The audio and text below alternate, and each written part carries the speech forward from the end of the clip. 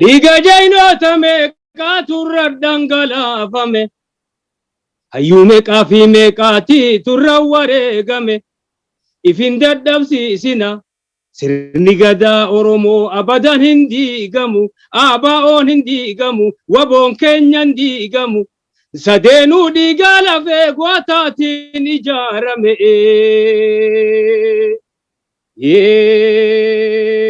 dhiiga jaynoota meeqaa turra dhangalaafame hayyuu meeqaa fi meeqaatii turra wareegame ifin dadhabsiisina humna teessanii oli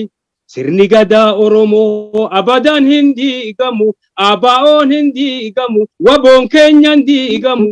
sadeenuu dhiiga lafee gootaatiin ijaarame halkani deema malee waraaba kopheen qabu cabseen nyaata malee leenci gaachanaan qabu jarri lachuu bineensi bineensuma kanuma kan daranii walirra wayyaan qabu hiddaatu dhiiga malee xannachi dhiigan qabu yonaadir taate malee gariin hayyoota keenya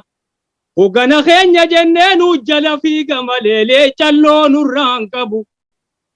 leecalloon xiqqoon qabdu waan keeysan jabee ifadhaa yaa qaciicaa lammiitiyya yobbaan hiyyoomse malee seenaan hiyyeeysan qabu wagari ayli jaje gari gowwoma jaje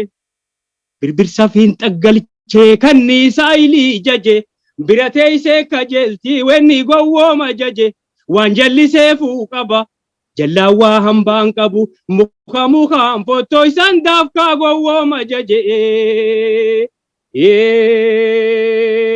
anaanaan hamatuuni hamachiisa malee hasawasaanii tirraa yaanni isaanii naagale idaanamu waaqilanaa fi waraabo malee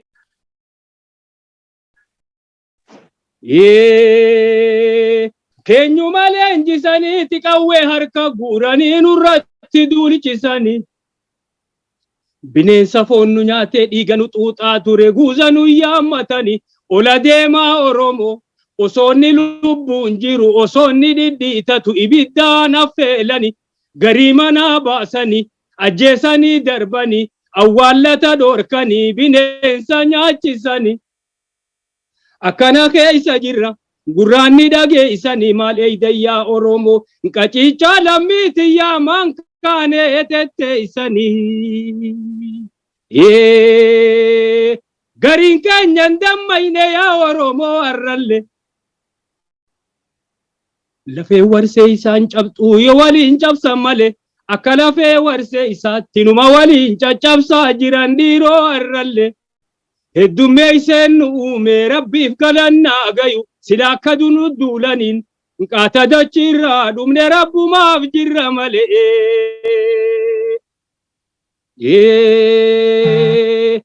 si dhufeenaa nafadhu mallattoo guyyaa roorrootti walabdachiisanii itti walii dirmatanii roorroon firraa dhorkanii